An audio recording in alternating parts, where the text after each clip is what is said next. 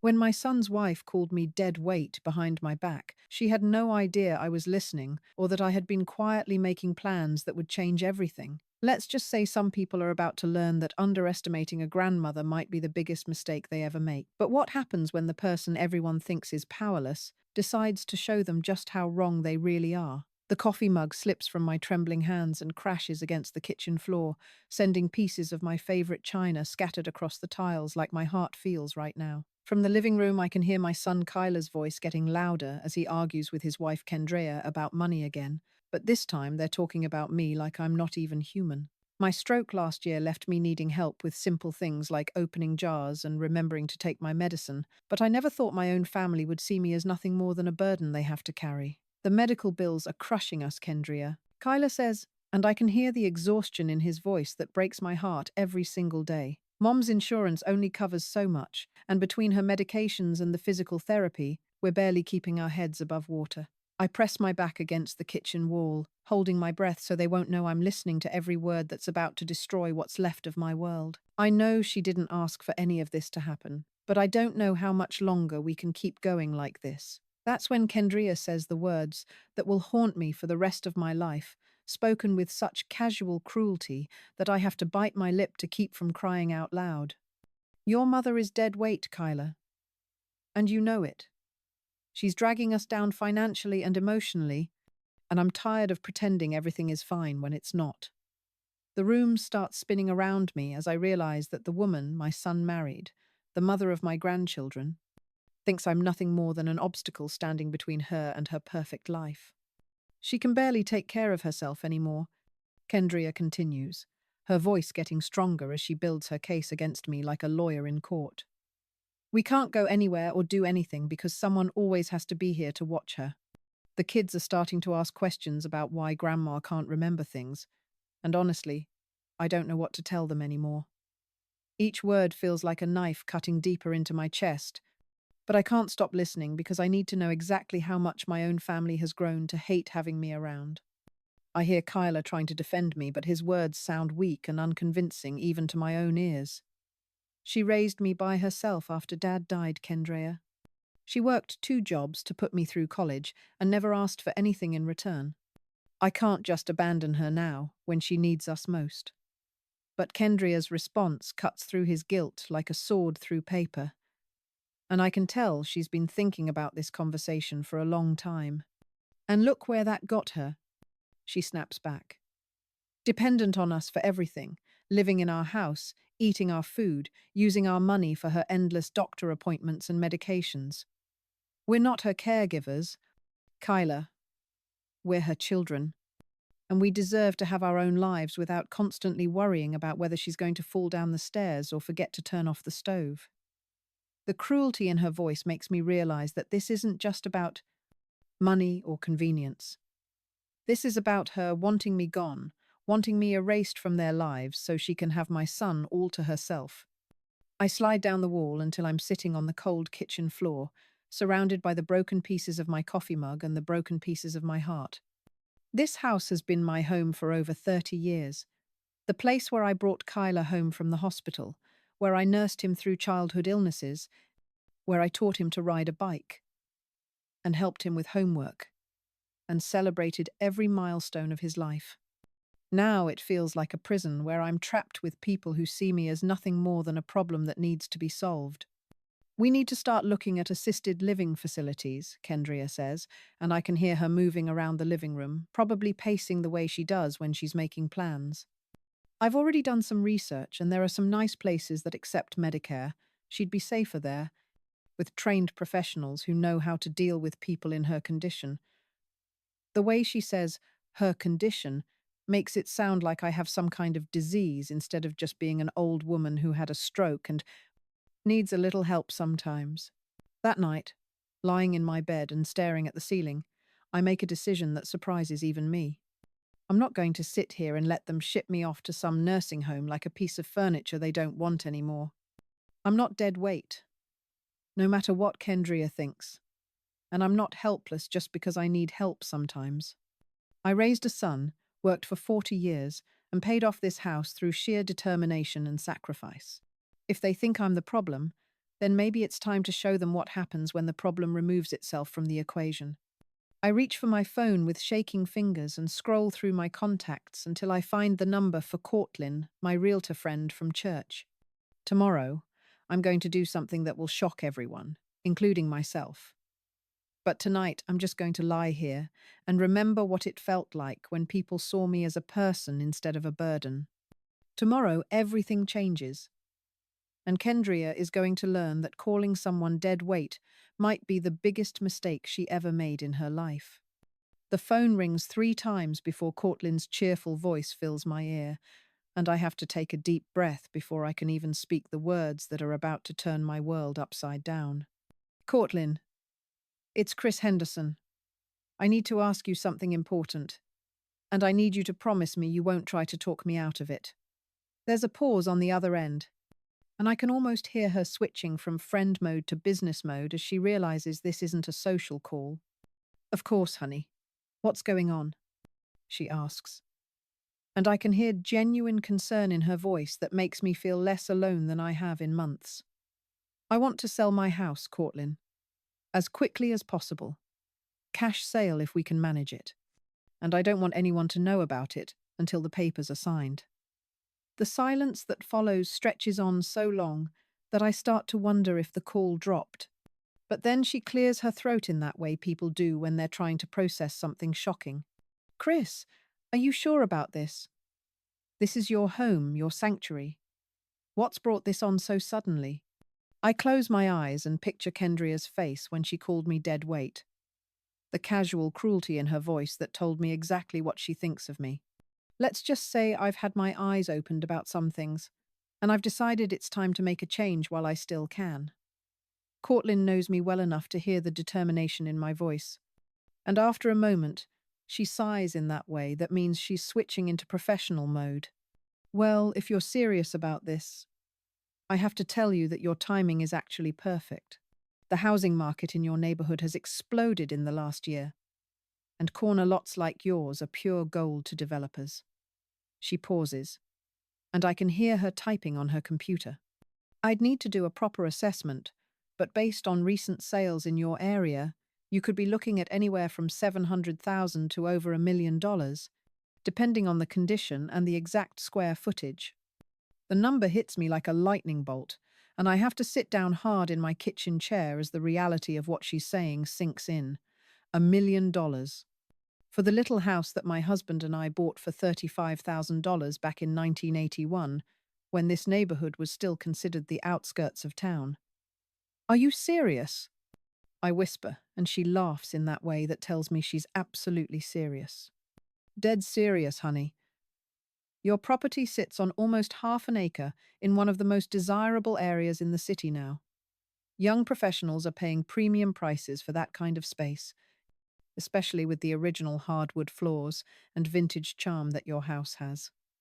I look around my kitchen with new eyes, seeing not just the place where I've made countless meals and memories, but an asset that could give me the freedom to start over anywhere I want. How quickly could we make this happen? I ask, and I can hear her fingers flying across her keyboard as she checks her schedule. I could have a photographer out there tomorrow afternoon to take listing photos. And if we price it right, it could be on the market by the end of the week. In this market, with a cash offer, we could have papers signed within 2 weeks. 2 weeks. In 2 weeks, I could be free of this house where I'm seen as nothing more than a burden, free to start over somewhere else where nobody knows my story or thinks of me as dead weight. After we hang up, I spend the rest of the morning walking through every room of this house, seeing it through the eyes of potential buyers instead of through the lens of my own memories. The hardwood floors that my husband refinished himself after we moved in, the built-in bookcases where I displayed my collection of romance novels, the big windows that let in so much natural light that I never needed lamps during the day. This house is beautiful, I realize, not just to me, but to anyone who appreciates craftsmanship and character. I'm standing in my bedroom, looking at the closet full of clothes that I've accumulated over the years, when I hear Kyla's car pull into the driveway. My heart starts racing as I realize that in just a few hours, Everything I know about my life is going to change forever. He calls out a greeting as he comes through the front door, and I can hear Kendrea's voice behind him, talking on her phone about some work project that she thinks is more important than anything else in the world. Mom, we brought Chinese food for dinner, Kyla calls out, and I can hear the forced cheerfulness in his voice that tells me he's still thinking about their conversation from yesterday. Hope you're hungry. I make my way downstairs slowly, using the banister for support, and find them unpacking containers of food in the kitchen. Kendria barely looks up from her phone, but Kyla gives me a smile that doesn't quite reach his eyes. How was your day, sweetheart? I ask, settling into my usual chair at the table. And for just a moment, I feel like we're a normal family having a normal dinner together. But then Kendria makes a comment about the mess I left in the kitchen from my morning coffee. And the spell is broken. She sees me as a problem, a burden, someone who can't even clean up after herself properly, and I realize that no amount of love or patience on my part is going to change her mind about who I am. That night, after they've gone to bed, I sit at my kitchen table with a cup of tea and a notepad, making lists of everything I need to do to prepare for this new chapter of my life. I need to decide what to keep and what to leave behind, where I want to live, and how I want to spend the rest of my years. For the first time since my stroke, I feel like I have choices again, like I'm not just a passenger in my own life, but the driver of my own destiny. The house feels different now that I know I'm going to sell it, less like a prison and more like a launching pad for whatever comes next. Tomorrow, when Courtlin comes with her photographer, this house is going to become a commodity, a product to be marketed and sold to the highest bidder. But tonight, it's still my home, still the place where I raised my son and loved my husband and built a life that meant something to me, even if it doesn't mean anything to anyone else anymore. The bright red sold sign stares back at me from my front lawn like a beacon of my newfound freedom, and I can't help but smile as I watch Kendrea stumble out of the house in her bathrobe, her perfect morning routine completely shattered by this unexpected surprise. She's clutching her coffee mug so tightly that her knuckles have turned white, and her mouth is opening and closing like a fish gasping for air as she tries to process what she's seeing. The look of pure shock and panic on her face is worth every sleepless night I've spent planning this moment, every tear I've cried over her cruel words about me being dead weight. Kyla! She screams at the top of her lungs, her voice cracking with hysteria as she spins around to look at the house like it might disappear if she blinks too hard. Kyla, get out here right now! I position myself at my bedroom window, where I can see everything but remain hidden behind the lace curtains that my grandmother made for me 50 years ago. This is the moment I've been waiting for. The moment when Kendria realizes that the old woman she dismissed as powerless actually holds all the cards in this game she thought she was winning. Kyla appears in the doorway, wearing his work clothes and holding his travel mug, clearly expecting another normal day in what he thinks is his stable, predictable life. But when he sees the sold sign, his face goes through a series of expressions that would be comical if they weren't so heartbreaking. First confusion, then disbelief, then a dawning horror as he realizes that his entire world has just been turned upside down without any warning or discussion. He drops his coffee mug, and it shatters on the front steps, sending hot liquid splashing across the porch that I swept just yesterday morning. What is this? He asks, his voice barely above a whisper. But Kendria is already in full panic mode, pacing back and forth across the lawn in her slippers like a caged animal. She can't do this to us, Kyla. This is our home. Our children live here. Where are we supposed to go? Her voice is getting higher and more frantic with each word. And I can see neighbors starting to peek out of their windows to see what all the commotion is about. Mrs. Chen from next door is standing on her porch pretending to water her plants, but I know she's listening to every word of this drama unfolding in my front yard. I take my time getting dressed and making my way downstairs, each step deliberate and measured as I prepare for the confrontation that's been building for months. My cane taps against each step as I descend, and I can hear their voices getting more agitated as they try to figure out how their comfortable arrangement has suddenly collapsed around them. When I finally open the front door, they both turn to stare at me like I'm a stranger who has invaded their lives, which in a way I suppose I am. The woman they thought they knew would never have done something this bold, this decisive, this final. "Good morning," I say pleasantly, as if this is just another ordinary day, and not the day I'm reclaiming my life from people who took it for granted. "I see you noticed the sign." "Yes, the house sold. Cash offer, actually. Quite a bit over asking price." Kendria makes a sound that's somewhere between a gasp and a sob, while Kyler just stares at me like he's never seen me before in his life. The silence stretches between us like a rope that's about to snap, and I can feel the weight of 40 years of motherhood pressing down on my shoulders. "Mom, what have you done?" Kyler finally manages to ask, and I can hear the little boy in his voice, the same tone he used when he broke my favorite vase playing baseball in the house when he was 8 years old. "We live here. This is our home. Where are we supposed to go?" I look at my son, this man I raised from a helpless infant to a grown adult with children of his own, and I feel a mixture of love and disappointment that threatens to break my heart all over again. "Your home?" I repeat quietly, letting the words hang in the air between us. "This has been my home for 32 years, Kyla. I bought it with your father before you were even born. You've been living here rent-free for the past 3 years, and apparently that's made you forget that my name is the only one on the deed." Kendria steps forward like she's going to argue, but something in my expression stops her cold. For the first time since I've known her, she seems to realize that she might have pushed too far, that the quiet old woman she's been dismissing might not be as helpless as she assumed. "But where will we live?" Kendria asks. And now her voice has taken on a whining quality that makes me think of my grandchildren when they don't get their way. "We can't just move out in 30 days. We have jobs, the kids have school, we have a life here." I nod sympathetically, as if I'm truly concerned about their predicament, which, in a way, I am. I never wanted to hurt my son, but sometimes the only way to help someone is to stop enabling their bad choices. "I'm sure you'll figure something out," I tell them, my voice steady and calm despite the storm of emotions churning inside my chest. "You're both intelligent, capable adults with good jobs and healthy children.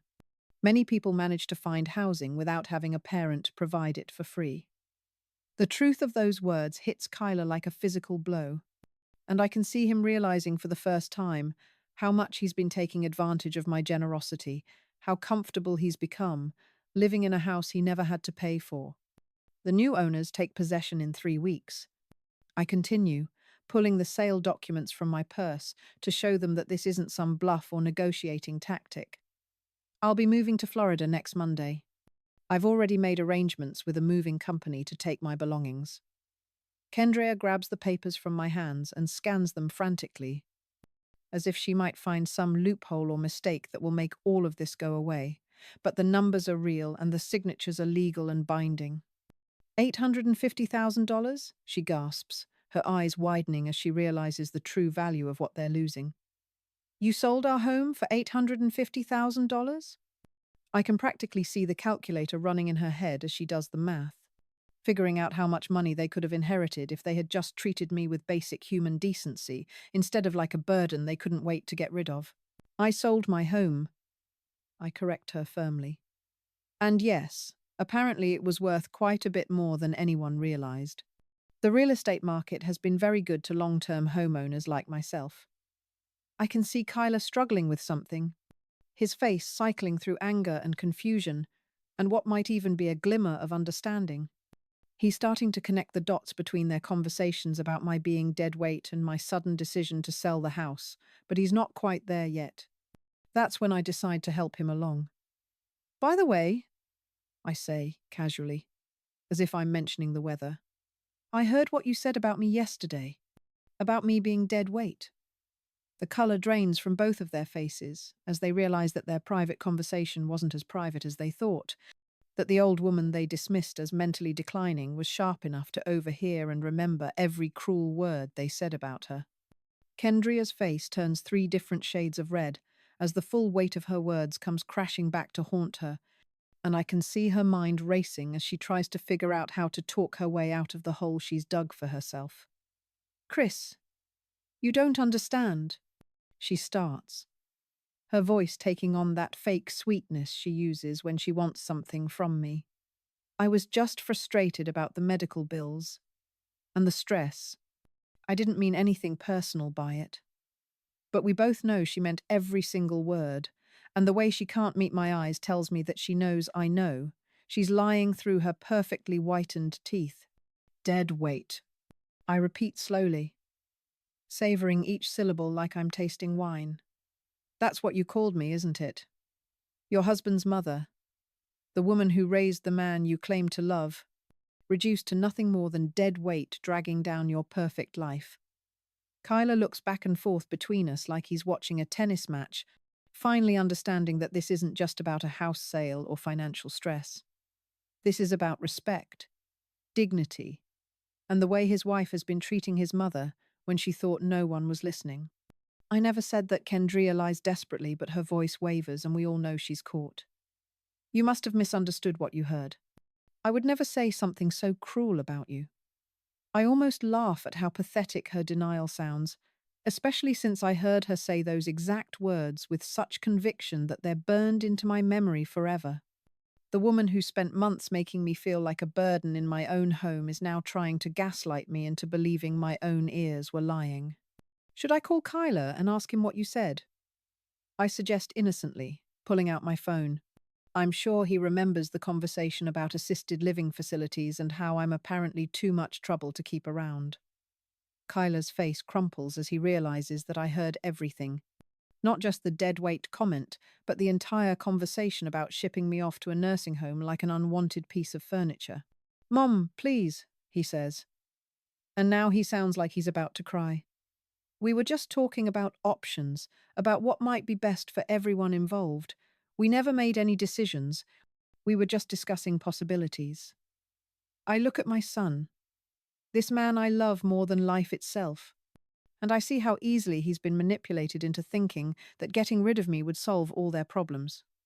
Kendrea has been poisoning him against me slowly and systematically, making him feel guilty for taking care of his own mother.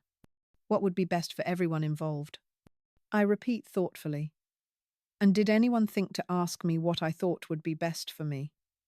Did anyone consider that I might have opinions about my own life and future? The silence that follows is deafening, because we all know the answer is no.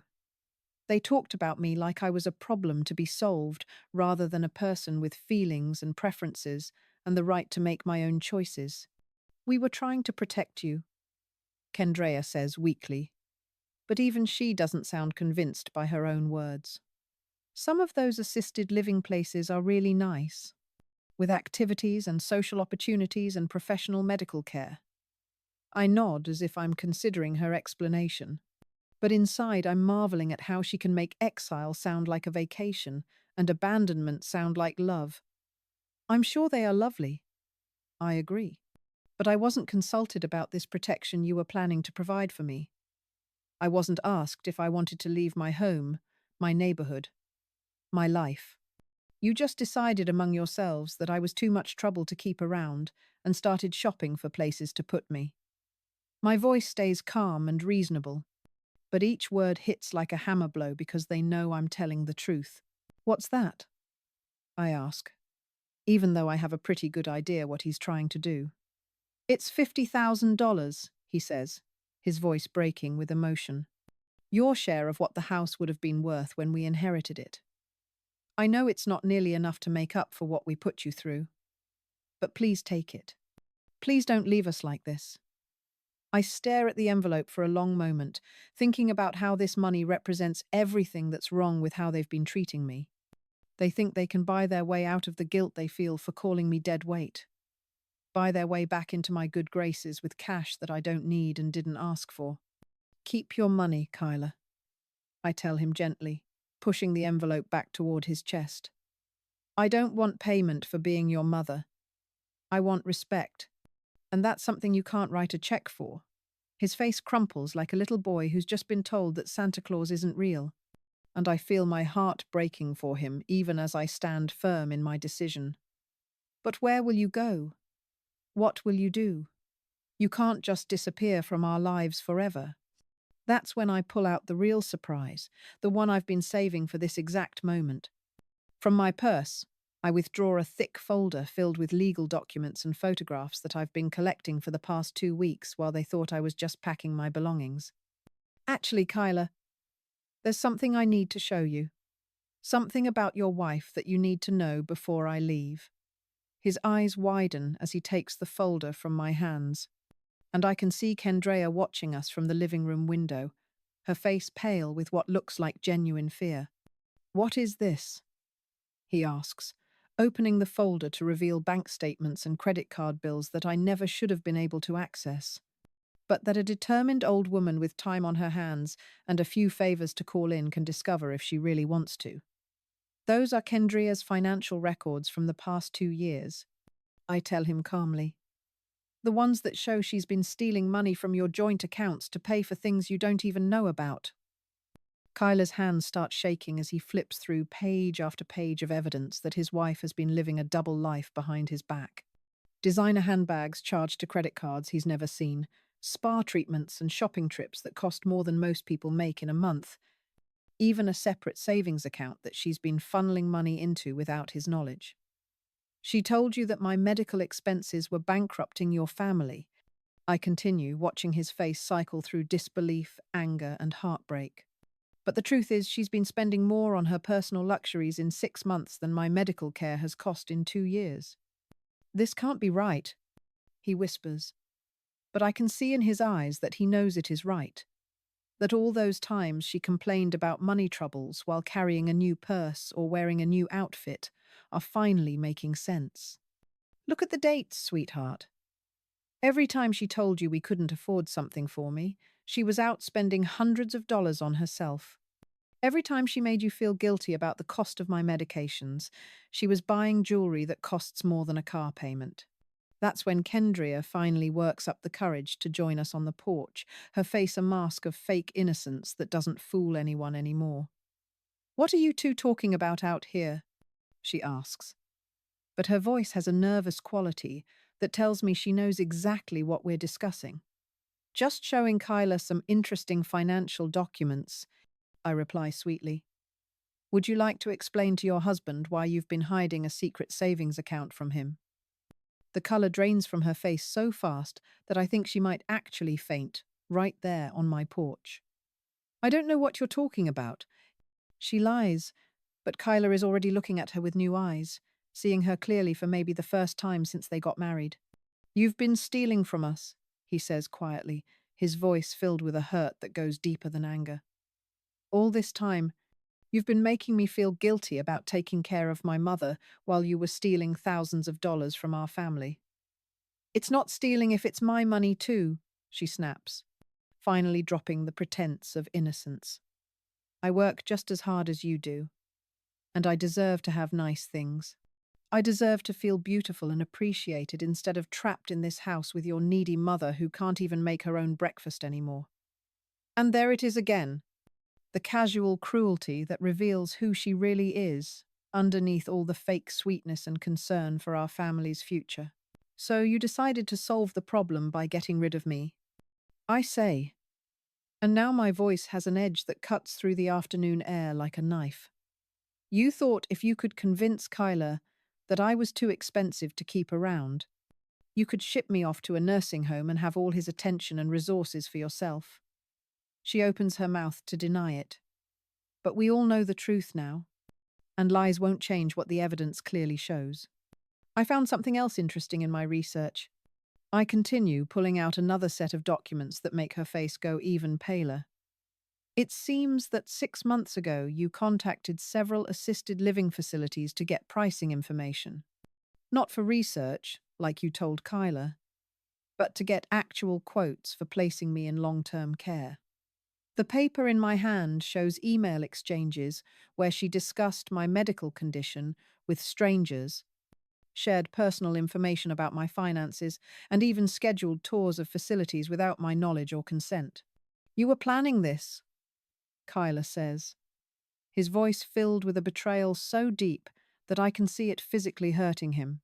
You were planning to get rid of my mother before she even knew what was happening. Kendria starts to protest, but he holds up his hand to stop her. Don't. Just don't.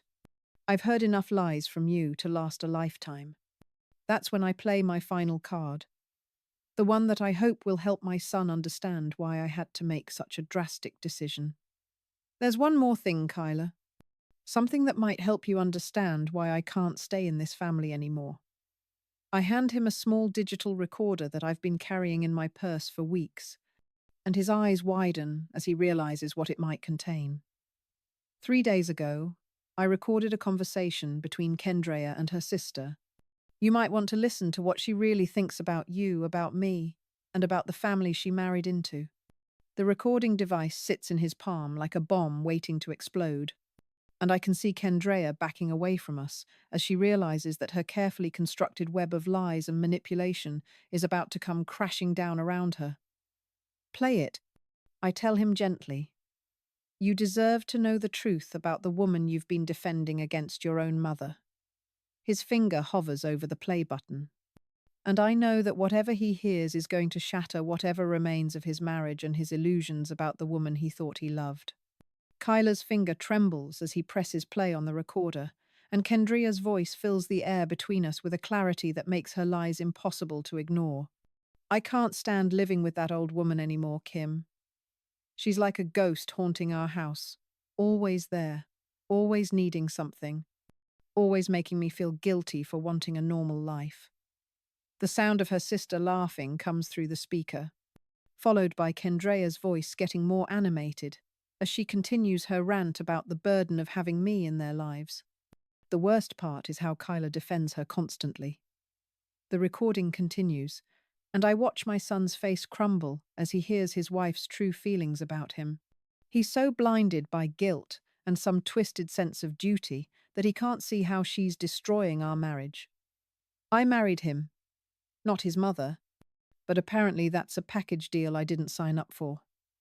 The casual cruelty in her voice is even worse, when you can hear her laughing about it, like my suffering is entertainment for her and her sister. What are you going to do about it? Her sister asks on the recording, and Kendria's response makes Kyler physically flinch. I'm going to make her life so uncomfortable that she'll want to leave on her own. I'll make every day a reminder that she's not wanted here, that she's nothing but a burden we have to carry.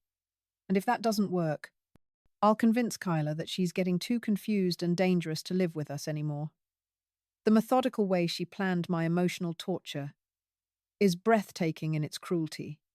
And I can see Kyler realizing that every argument, every complaint, every suggestion about assisted living was part of a calculated campaign to destroy me. You're brilliant, her sister says admiringly. By the time you're done with her, she'll be begging to go to a nursing home. Kendrea laughs again, that same bright, cheerful laugh she uses when she's talking to the neighbors or my grandchildren. The best part is that Kyler will think it was all his idea. Men are so easy to manipulate when you make them think they're protecting someone. The recording ends with the sound of them clinking glasses together, like they're celebrating the successful destruction of an old woman's dignity and peace of mind. The silence that follows feels like it weighs 1,000 pounds, and I watch my son's face go through every stage of grief as he processes what he's just heard. Denial, anger, bargaining, depression, and finally a kind of acceptance that looks like it's aging him 10 years in 10 seconds. Kendrea, he says quietly, not even looking at her. Get out of my mother's house. Right now. Pack a bag. And get out. Kyler, you don't understand the context of that conversation. She starts, but her voice sounds hollow and desperate now that her true nature has been exposed. I was just venting to my sister about the stress we've all been under. Everyone says things they don't mean when they're frustrated. But we all know that the woman on that recording meant every single word. That the casual way she discussed destroying me reveals a level of calculated cruelty that goes far beyond simple frustration or stress. The context, Kyla repeats slowly, is that you've been systematically torturing my mother while stealing money from our family and lying to my face about everything. His voice is getting stronger now, and I can see the man I raised finally standing up for what's right instead of what's easy. The context is that you married me under false pretenses, pretending to be someone you're not while planning to get rid of the most important person in my life. She's not more important than your wife, Kendria shrieks, finally dropping all pretense of being the victim in this situation. I'm your wife, the mother of your children, your future, and you're choosing some senile old woman over me. The words hit him like physical blows, but instead of backing down, he stands taller and looks at her with an expression I haven't seen since he was a teenager, standing up to bullies who were picking on smaller kids. You're right about one thing, he tells her calmly. You are the mother of my children, which makes what you've done even more unforgivable. You've been teaching them that it's okay to treat elderly people like garbage, that family members are disposable when they become inconvenient. What kind of example is that for kids to learn? The truth of his words seems to hit her harder than anything else, because she knows that our grandchildren have been watching this whole drama unfold, learning from her behavior that cruelty is acceptable when it's directed at people who can't fight back.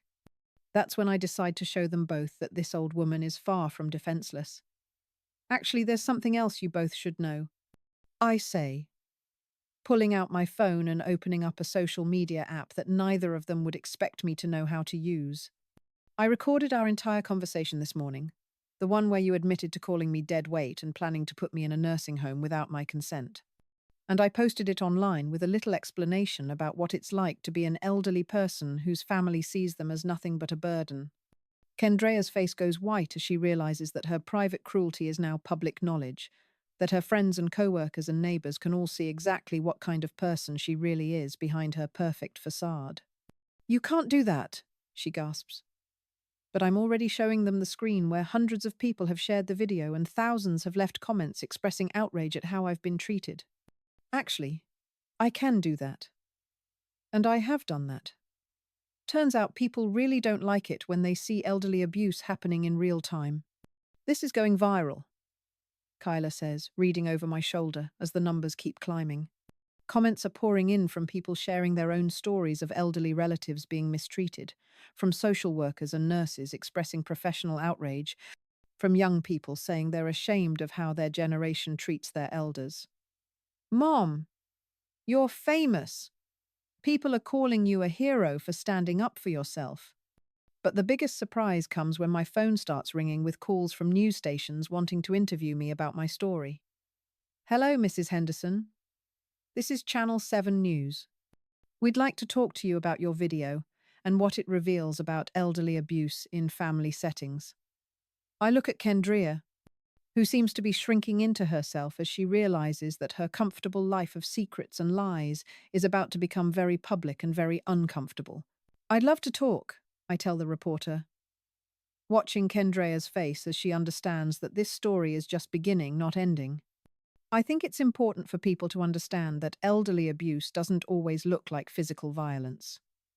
Sometimes it's emotional torture disguised as concern, financial manipulation disguised as family planning, and systematic humiliation disguised as practical problem solving. As I schedule the interview, I can see Kendria realizing that her career, her social standing, and her comfortable life are all about to be examined under a very public microscope. The last thing I see as my taxi pulls away from the house I called home for 32 years is Kyla standing on the porch holding his children, trying to explain to them why Grandma is leaving and why Mommy is crying. In my purse, I have a new phone number for a beach condo in Florida, a bank account with more money than I've ever dreamed of having, and the phone numbers of 3 different news organizations who want to help me tell my story to the world. For the first time in years, I'm not someone's burden or obligation or dead weight. I'm just a woman who refused to disappear quietly when someone tried to throw her away. And apparently that's exactly the kind of story the world needs to hear right now.